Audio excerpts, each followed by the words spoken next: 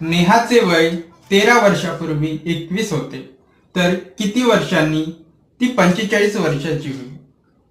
एकदम बेसिक प्रश्न आहे.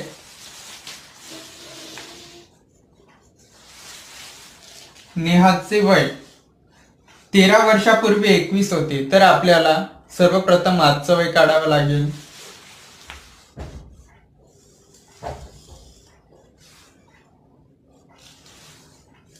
हे 13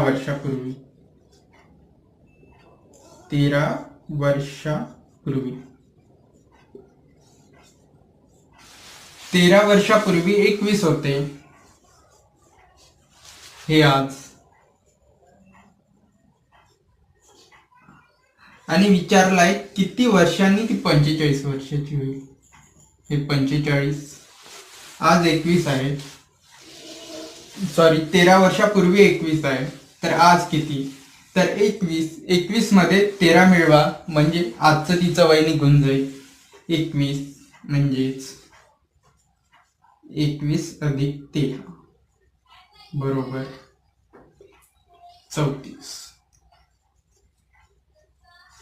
म्हणजे आज तिचे वय 34 असेल. तर